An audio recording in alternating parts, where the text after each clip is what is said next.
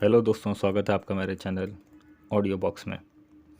और आज जो कहानी आप सुनने जा रहे हैं उसका नाम है प्रोफेसर शंकु और रोबो। इस कहानी को लिखा है विश्व प्रसिद्ध फिल्म निर्माता एवं लेखक सत्यजीत रे ने। कमल ने कहा, रूस के स्ट्रोगनॉफ, अमेरिका के प्रोफेसर स्टाइनमैन, इंग्लैंड के डॉक्टर मैक्सन, सब ने रोबो बनाए हैं। जर्मनी में भी 3-4 रोबो हैं। मैंने उन सभी को देखा है, लेकिन उन सब में से कोई भी इतनी आसानी से नहीं बना और ना ही इतनी सफाई से बोल सकता है। मैंने कहा, लेकिन ये हिसाब भी कर सकता है। आप कोई भी सवाल देकर जांच सकते हैं। पमर अवाक होकर कहा, अच्छा, वह एवरेक का इंजेक्शन जानता है? मैंने कहा, पूछ कर देखिए। रोबो का इम्तिहान लेकर पमर ने कहा, गजब है आपकी प्रतिभा को, शाबाश। उसके बाद क्षण बाद चुप रहकर बोले, आपका रोबो आदमी की तरह अनुभव कर सकता है? मैंने कहा, जी नहीं, यह वह नहीं कर सकता। पमर ने कहा, और चाहे कुछ ना हो, आपके दिमाग से अगर इसका कोई लगाव रहा होता तो बड़ा अच्छा होता। कम से कम आपके सुख दुख को वह समझता होता तो आपके बड़ा काम आता। वैसे मैं वास्तव में आपका एक भरोसेमंद लायक साथी हो सकता था। पमर मानो कुछ अनमने से हो गए, फिर बोले, मैंने उस विषय पर बहुत सोचा है। किसी मशीनी आदमी को लहू मांस के किसी आदमी के मन की बात कैसे समझाई जाए। इसमें मैं काफ़ी दूर तक आगे बढ़ चुका था, लेकिन तब तक बूढ़ा हो गया। दिमाग मेरा ठीक ही था, लेकिन दिल की बीमारी ने लाचार कर दिया। और जिस रोबो पर यह सब परीक्षण हो सकता, उसे बनाने की समर्थ ही नहीं रह गई। मैंने कहा, मैं रोबो के काम से संतुष्ट हूँ। वह जितना कर लेता है मेरे लिए वही बहुत है। पमर ने कुछ कहा नहीं। मैंने देखा, वह एकटक रोबो को देख रहे हैं। रोबो के चेहरे पर वही हंसी। कमरे की खिड़की से झुकते दिन के रोशनी के आकार उसकी बाईं आंख पर पड़ रही थी। धूप की चमक से बिजली के लहू की आंखें भी हंसती हंसती सी लग रही थी। 4 मई। मैं बैठा अपनी डायरी लिख रहा था। कल आधी रात से लेकर आज दिन भर में बहुत सी घटनाएं घटी। इन सबको किनारे से लिखने की कोशिश कर रहा था। कहाँ तक बन पाएगा नहीं जानता, क्योंकि मेरा मन ठीक नहीं था। जीवन में आज पहली बार मेरे मन में संदेह जागा कि अपने को मैंने जितना बड़ा वैज्ञानिक समझा था, क्या वास्तव में मैं हूँ या नहीं। यदि वही होता तो मैं इस कदर आपदस्त क्यों हुआ। कल रात की घटना ही पहले बताऊं। ये ख़ास वैसी कुछ नहीं, फिर भी लिख रखना अच्छा है। पमर और मैं रात का भोजन करके 9 बजे उठे। उसके बाद बैठक में कॉफ़ी पीते हुए हम दोनों ने काफ़ी बातें की। मैंने उस समय भी पमर को बीच बीच में अनमस्त होते देखा। क्या सोच रहा था क्या जाने। हो सकता है रोबो को देखने के बाद उससे बार बार अपनी असमर्थता याद आती हो। और ठीक भी है, वह जैसा बूढ़ा हो गया है, रोबो पर नई गवेषणा कर सकना उसके लिए मुमकिन नहीं। मैं सोने के लिए 10 बजे के कुछ बाद ही गया। जाने से पहले रोबो को देख कर गया। लगा कि परमर की लेबोरेटरी में वह बड़े आराम से ही है। जर्मनी की वह आबहवा, यहाँ की सर्द प्राकृतिक सौंदर्य, इन सब की इसको कोई परवाह नहीं। वह गोया महज मेरे हुक्म का इंतज़ार में है। सोने जाने से पहले हम दोनों 2 वैज्ञानिकों ने जर्मन भाषा में उससे विदाई ली। रोबो ने भी साफ शब्दों में कहा, गुड डे नाइट हेर प्रोफेसर शंकु, गुड डे नाइट हेर प्रोफेसर पमर। बिस्तर के पास की बत्ती जलाकर कुछ देर एक मैगजीन के पन्ने उल्टे। नीचे की मंजिल की ग्रैंडफादर घंटी में टन टन करके 11 बजना सुनकर बत्ती बुझाकर सो पड़ा। आधी रात को नींद टूटी। क्या बज रहा था पता नहीं। मेरी नींद एक आवाज़ सुनकर ही खुली, और वह आवाज़ आ रही थी मेरे कमरे के ठीक नीचे परमर की लेबोरेटरी से। खट खट, ठंग ठंग, खट खट। कभी लगा कि कांट के फर्श पर आदमी के पैरों की आवाज़ है, कभी लगा कल पुर्जों के काम का शब्द। लेकिन 5 मिनट से ज़्यादा ये आवाज़ नहीं सुनाई पड़ी।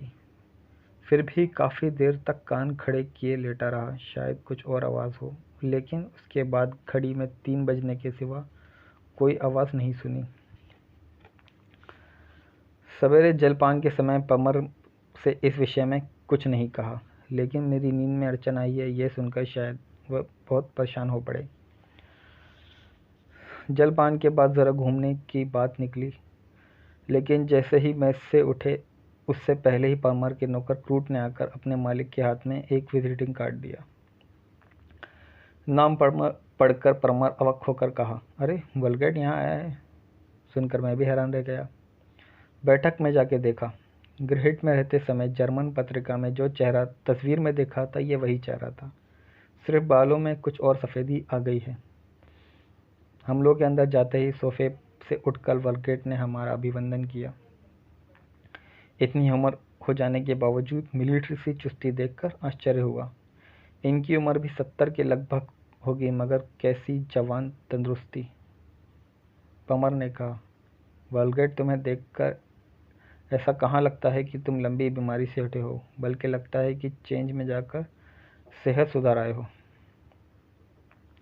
वलगेट ने भारी गले से हो हंसकर कहा, बीमार हूँ बताने से लोग कम तंग करते हैं, व्यस्त हूँ कहने से बहुत बार काम नहीं चलता, उससे बल्कि लोगों को उत्सुकता और भी बढ़ जाती है, और वैसे में लोग बार बार टेलीफोन करके जानना चाहते हैं कि व्यस्तता की वजह क्या है, और तुम समझ ही सकते हो क्या क्या कारण है। ये सब कहा नहीं जा सकता। हाँ बेशक नहीं कहा जा सकता, पमर ने कहा। पमर ने वलगेट को शराब ऑफर करी। उसने सिर हिलाकर कहा, यह चीज़ मैंने कतई छोड़ दी है, और मेरे पास ज़्यादा समय भी नहीं है। मैंने आज के अखबार में रोबो सहित प्रोफेसर शंकु के यहाँ आने की खबर पढ़ी। इस विषय में मुझे कैसी उत्सुकता है यह तो तुम जानते ही हो, इसलिए बिना खबर किए ही सीधा पहुँचा। आशा है अन्यथा सोचना नहीं होगा। नहीं नहीं, मैंने कहा, आप शायद मेरे यंत्र को एक बार देखना चाहते होंगे। वलगेट ने कहा, उसी के लिए तो यहाँ आया हूँ। आपने असंभव को संभव कैसे किया, ये जानने की स्वाभाविक उत्सुकता हो रही है। वलगेट को लेकर सीधा पमर की लेबोरेटरी में ले गया। रोबो को देखते ही वलगेट से जो पहली बात हुई, आपने शायद चेहरे की तरफ ज़्यादा ध्यान नहीं दिया। मेरे ख्याल में इस चीज़ को मशीनी आदमी ना कहकर सिर्फ मशीन कहना ही ठीक होगा।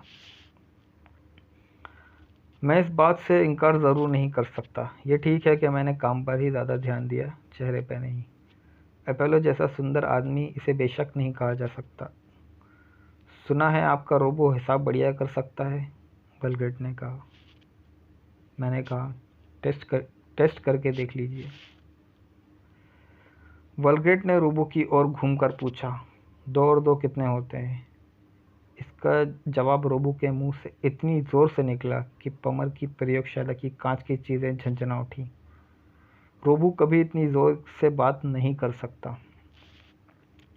मैंने साफ समझा और समझकर ज़रा अवाक हुआ कि वलगेट के सवाल से रोबो खींच गया है। वलगेट के खुद के हाव भाव भी टप से सचकुचा से गए। वह एक के बाद एक सख्त सवाल रोबो से करने लगा, और रोबो भी 5 से 7 सेकंड के अंदर हर सवाल का जवाब देता गया। गर्व से मेरी छाती फूल उठी। वलगेट की ओर नज़र घुमाकर मैंने देखा, 40 डिग्री सर्दी में भी उसके कपाल पर पसीने की बूंदें आ गई हैं। कोई 5 मिनट तक पूछते रहने के बाद वलगेट ने मेरी तरफ घूमकर कहा, हिसाब के सिवा ये और क्या कर सकता है? मैंने कहा, आपके विषय में उसे बहुत सी बातें मालूम हैं, चाहें तो पूछ सकते हैं। मेरी बात सुनकर वलगेट मानो खासे अवक से हो गए। यहाँ आने से पहले एक जर्मन विज्ञान कोश से वलगेट के जीवन संबंधी बहुत सी बातें मैंने उसे भर दी थी। मैंने अंदाज़ा कर लिया था कि वलगेट रोबो से क्या क्या पूछ सकते हैं। वलगेट ने कहा, तुम्हारे यंत्र को इतनी जानकारी है? ठीक है, बोलो रोबो, मेरा नाम क्या है? रोबो के मुंह से कोई बात नहीं निकली। 1 सेकंड, 2 सेकंड, 10 सेकंड, 1 मिनट कोई जवाब नहीं आया। कोई आवाज़ नहीं, कुछ भी नहीं। रोबो गोया कि कमरे की मेज़, कुर्सी, अलमारी जैसे सामानों सही निक्षण और निर्जीव खड़ा रहा। अब पसीना छूटने की बारी मेरी थी। मैं आगे बढ़ा, रोबो के सिर पर के बटन को दबाया। उसे हिलाया, उसे डुलाया, यहाँ तक कि रोबो के सारे शरीर को झंझोरकर अंदर के सारे कलपुर्जों को झंझना उठे, लेकिन कोई नतीजा नहीं निकला। रोबो ने आज इन वैज्ञानिकों के सामने मेरे और भारतीय विज्ञान के मान सम्मान को माटी में मिला दिया। वॉलगेट के मुंह से जैसा एक शब्द निकला। फिर उसने कहा, इसमें कोई शुबा नहीं कि इसमें कोई बड़ा सा डिफेक्ट रह गया है। जो भी हो, हिसाब ये अच्छा ही जानता है। अगर असुविधा ना हो तो कल तीसरे पहर इसे मेरे यहाँ ले आए, मैं इसे दुरुस्त कर सकूँगा। मेरा ख्याल है, और मुझे भी कुछ दिखाना है आप दोनों को। ये आप दोनों को न्योता रहा। वॉलगेट चला गया। परमार ने मेरे मन की हालत समझ गए, और मैं भी समझ रहा था कि वह खुद भी बड़ा बुरा महसूस कर रहे हैं। बोले, मेरे लिए बड़ा आश्चर्य सा लगा। आइए तो देखें, सब ठीक तो है, ये बोलता क्यों नहीं। प्रयोगशाला में जाकर रोबो से पूछते ही वह फिर पहले की तरह जवाब देने लगा और चल फिरने भी लगा। मैंने समझा कि ठीक उसी एक प्रश्न की घड़ी में उसके अंदर कोई सामयिक गड़बड़ी हो गई थी, जिसकी वजह से बेचारा जवाब नहीं दे सका। इसमें जवाबदेह करना हो तो मुझे ही करना चाहिए, इसमें इसका क्या दोष। शाम को वॉलगेट का टेलीफोन आया। उन्होंने कल की नीति की फिर से याद दिलाई। रोबो को भी साथ लेने को कहा और बोले, मेरे सिवा दूसरा कोई नहीं होगा, लिहाजा आपका यंत्र अगर कुछ गड़बड़ भी कर दे तो बाहर किसी के सामने आपको शर्मिंदा नहीं होना पड़ेगा। मेरे मन में कलंक जा ही नहीं रही थी। कहीं रात को नींद ना आए, इसीलिए अपनी बनाई नींद की दवा मैसोलिन की एक गोली मैंने खा ली। एक बात को सोचकर कुछ खटक सा लगा। आधी रात को खट खट की आवाज़ क्यों आ रही थी। परमार क्या खुद लाइब्रेरी में काम कर रहे थे? उन्होंने रोबो के कलपुर्जों में कुछ गड़बड़ी तो नहीं कर दी? परमार और वॉलगेट की क्या कोई साजिश तो नहीं चल रही है? तो दोस्तों, यह था प्रोफेसर शंकु और रोबो का दूसरा भाग। अगले भाग के लिए चैनल को सब्सक्राइब करें। धन्यवाद।